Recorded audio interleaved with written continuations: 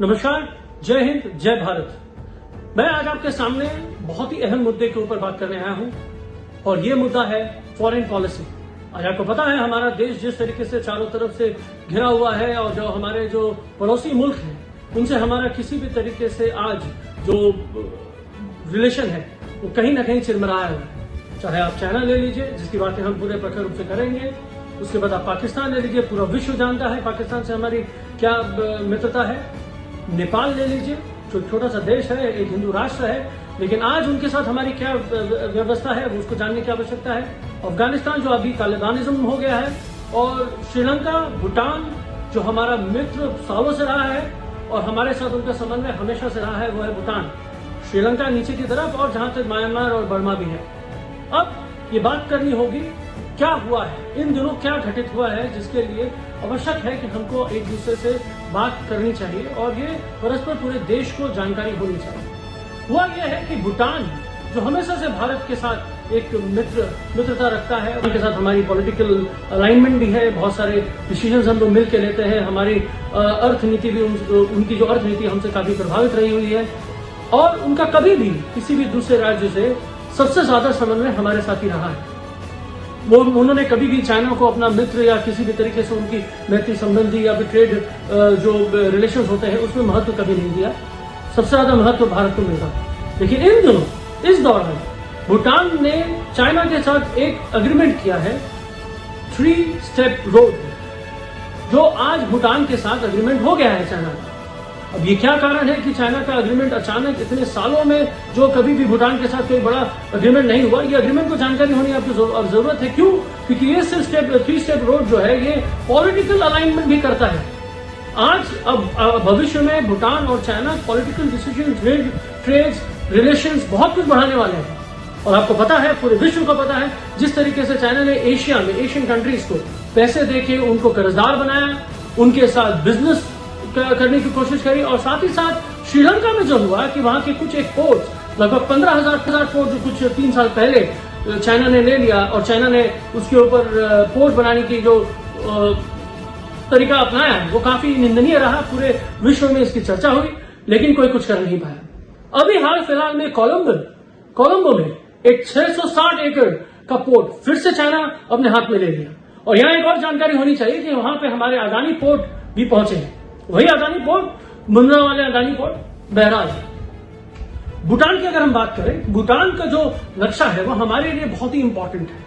उनकी geographical importance हमारे लिए बहुत जरूरी है। क्यों?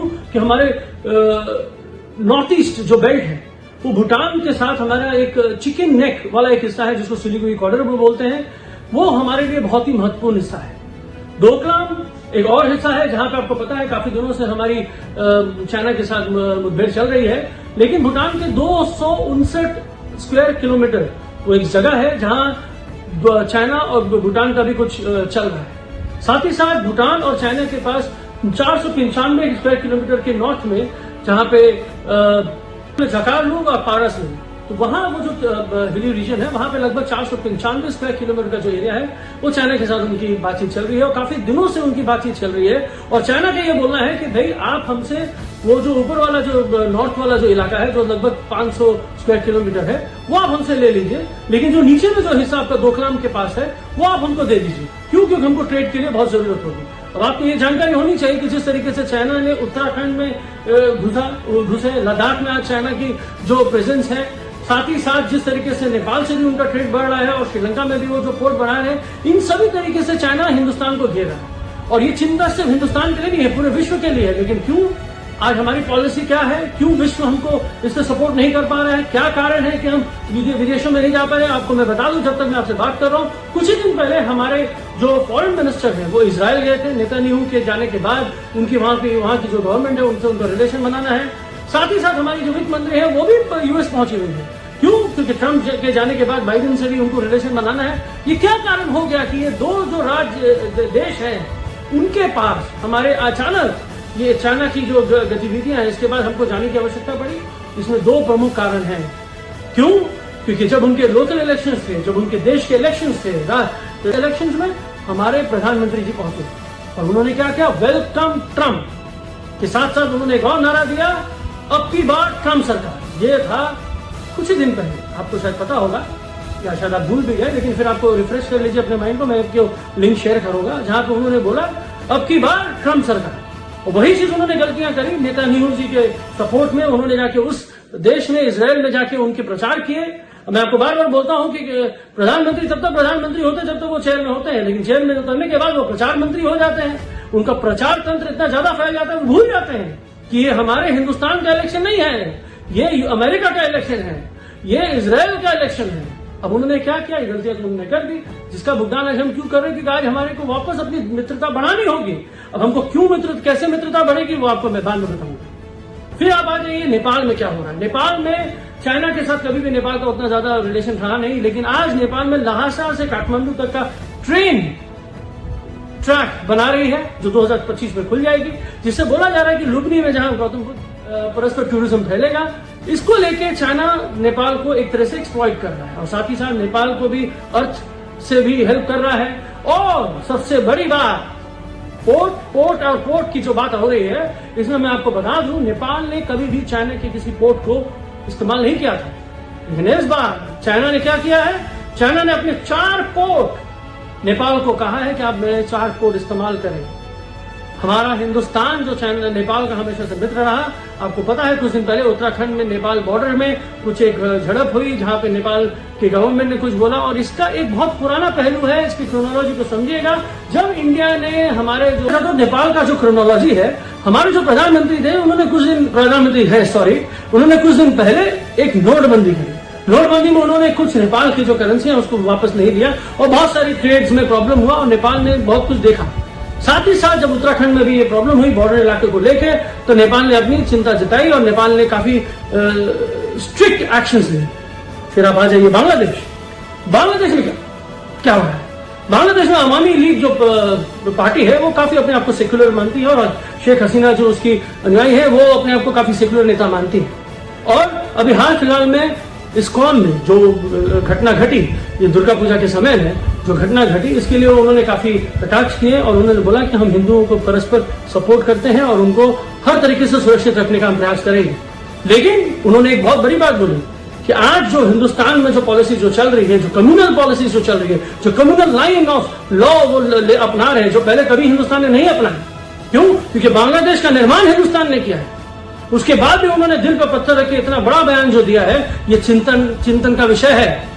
उन्होंने बोला है कि आपकी इंटरनल पॉलिसीज की वजह से हमारे देश की इंटरनल व्यवस्था अगर चिरमिराती है तो हमें इसके लिए संज्ञान लेना होगा। क्यों? क्योंकि जिस तरीके से एक टारगेट किया जा रहा है किसी कम्युनिटी को, जो मुस्लिम माइनॉरिटी यहां बोलते हैं, वही हिंदू माइनॉरिटी है बांग्लादेश में। और वो क्या हो रहा है कि जो फासिस्ट या एक्सट्रीमिस्ट लोग होते हैं, ये मौका खोजते हैं, ये कमजोरी खोजते हैं। आप में क्या कमजोरी है, बगल वाले में क्या कमजोरी है, ये कमजोरी पे अटैक करते हैं। और ये कमजोरी का क्या कारण हो रहा है कि आज बांग्लादेश में जिस तरीके से पूजा होता है, जिस तरीके से मटुआ समुदाय हमारा बहुत बड़ा समुदाय है, जहां पे कुछ दिन पहले हमारे प्रधानमंत्री भी वहां पहुंचे थे, और हमने मटुआ समुदाय में मंदिरों के दर्शन करने का हमको सौभाग्य मिला। लेकिन उसके बाद क्या हो रहा है, वहां पे एक हिंदू की हत्या हो गई, कुछ लोगों को पीटा गया है, मंदिरों को तोड़ा गया है, जो इस्कॉन मंदिर है उसके वजह जो पंडाल था उसको तोड़ा गया है। अब उसके बारे में आप क्या चिंतन करेंगे? ये उन्होंने ये बयान दिया है कि आपकी एक्सट्रीमिज्म पॉलिसी की वजह से शायद हमारे देश में ये कारण हो सकता है। इसके लिए आपको चिंतन करने की आवश्यकता है, और ये बहुत ही निंदनीय बात है, और ये चिंतन का विषय है। आपको चिंता करनी होगी। चिंता अपने लिए मत करिए, दूसरों के लिए करिए। जिस तरीके से सीएए का मंत्र आप लोगों को जापा गया है या थोपा गया है, ये एक समुदाय को हटाने के लिए है। 10 को लीजिए, लेकिन किसी को हटाने की शर्त मत रखिए, मत लीजिए। आपके पास पॉलिसी है, लेकिन इसको प्रखर रूप से बोलने की जो आवश्यकता है, ये एक डिवाइड रिलेट करता है, और डिवाइड एंड रूल पॉलिसी रही थी ब्रिटिशों की, और आज वही चल रहा है। आपको पता है पाकिस्तान के साथ हमारे क्या रिलेशन है, आपको यह भी पता है कि अफगानिस्तान के साथ हमारे क्या रिलेशन है। लेकिन सबसे बड़ी बात यह है, जो मुद्दे की बात है, कि चाइना ऐसा कैसे कर पा रहा है, क्या कारण है कि हम वीक पढ़ रहे हैं। वीक हम इसलिए पढ़ रहे हैं कि हमको वाह वाह वाह वाह वाह वाह वाह वाह वाह वाह सुनने की आदत पड़ गई। मोदी जी, हम भूल गए हैं कि हम प्रजातंत्र में हैं। हम भूल गए हैं कि राजवाड़ा खत्म हो चुका है। हम भूल गए हैं कि किसी का भी राजवाड़ा नहीं रहा।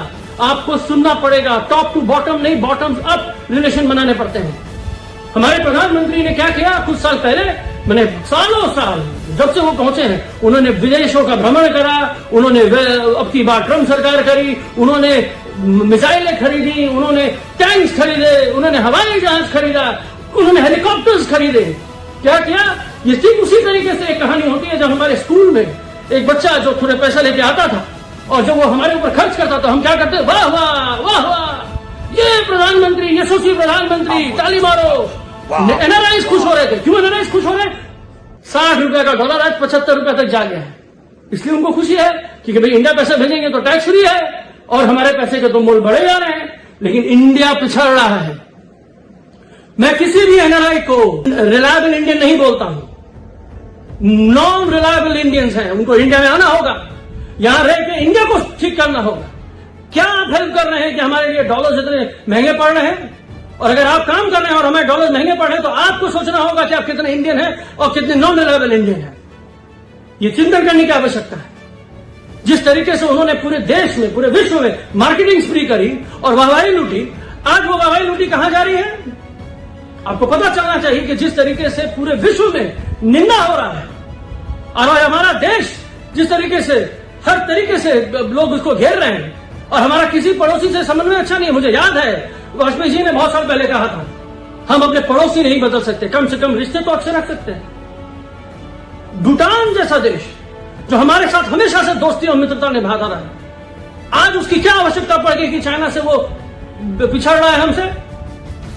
तो हमारी दोस्ती छूटी जा रही है, हमारे दोस्त बिछड़ रहे हैं। और क्या कारण है कि हमारे जो उपराष्ट्रपति हैं वेंकैया नायडू जी, जब वो अरुणाचल का दौरा करना चाहते हैं तो चाइना उनको मना कर देता है। इतनी क्या क्षमता हो गई कि हमारे इंटरनल पॉलिसीज में चाइना भी बोलने लगा? क्या कारण है कि हमारे प्रधानमंत्री को बोलना पड़ता है कि जब 20 और 21 हमारे सिपाही मारे जाते हैं कि भाई हम चाइना हमारे देश में घुसा ही नहीं है, और आप चुप रहते हैं, आप मौन रहते हैं, आप वाहवाही लूटना चाहते हैं। वाहवाही से बाहर निकलिए, वाहवाही का समय नहीं है। मैं सुब्रमण्यम स्वामी जी की बात को याद रखता हूं, उन्होंने बोला है कि हम किससे बात करें, ये तो राजा है, ये तो किसी की सुनना नहीं चाहते। क्यों नहीं सुनना चाहते? इसीलिए उनको यहीं से आउट कर दिया गया। नेशनल एग्जीक्यूटिव कमेटी में उनकी जगह नहीं है, क्योंकि जो क्या बोलते हैं उसको एक बहुत सिंपल सा है, प्रवचन देते हैं, और जो प्रवचन देते हैं उनको तो सुनने की आदत नहीं हो तो प्रवचन देंगे। जो फरमान जारी करते हैं उनको किसी की चिंतन नहीं होती, उनको तो फरमान देना है। ये अब हमको सोचना होगा कि कैसी सरकार है जिस तरीके से हमको रास्ते में मझधार में छोड़ के चली जाए। मैं तो लोटा लेके चल पड़ूंगा जी, तो लोटा थमा के चल देंगे, इसके लिए आप चिंतन कीजिए। आवश्यकता है तो चिंतन कीजिए। मैं कुछ डेटा आपके साथ शेयर करूंगा, बड़ा दुखद है। और जिस तरीके से चाइना हमको घेर रहा है, जिस तरीके से पाकिस्तान को चाइना हेल्प कर रहा है, नेपाल को हेल्प कर रहा है, अर्थ से हेल्प कर रहा है, शस्त्र से हेल्प कर रहा है, पोर्ट से हेल्प कर रहा है, जहां जहां इनके लोग हैं, जहां जहां ये लोग बढ़ रहे हैं, इनके साथ कभी भी हमारी मित्रता नहीं रही। आप टिकटॉक बंद कर सकते हैं, लेकिन जहां $44 बिलियन का ट्रेड होता था, जहां $54 बिलियन का ट्रेड होता था, आज $90 बिलियन का ट्रेड हो रहा है चाइना से। क्या कारण है कि बांग्लादेश में, जहां पे चाइना के जो बांग्लादेश बैंक ने बोला है कि जहां चाइना ने एक साल पहले $650 मिलियन लगाए, आज वो 200-250 मिलियन डॉलर लगा रहा है, और हर क्षेत्र में है, चाहे वो कपड़े का टेक्सटाइल हो, चाहे इंफ्रास्ट्रक्चर हो, चाहे टेक्नोलॉजी हो, चाहे एवरीथिंग, सब में है वो। या वो आपको सोचना होगा, आपको अपनी छवि को सुंदर करना होगा, आपको हमारे देश को अंदर से मजबूत करना होगा, और ये तोड़ के नहीं होगा, ये जात की लड़ाई से नहीं होगा, ये होगा सबसे प्रेम बना के, ये होगा, और ये निश्चित रूप से होगा। बस आप पहल कीजिए। मैं आप सभी से रिक्वेस्ट करता हूं, अगर आपको मेरी बातें खराब लगे या फिर कुछ लगे तो प्लीज आप नीचे इसको कमेंट करें, मेरे पेजेस को लाइक करें। बहुत बहुत धन्यवाद।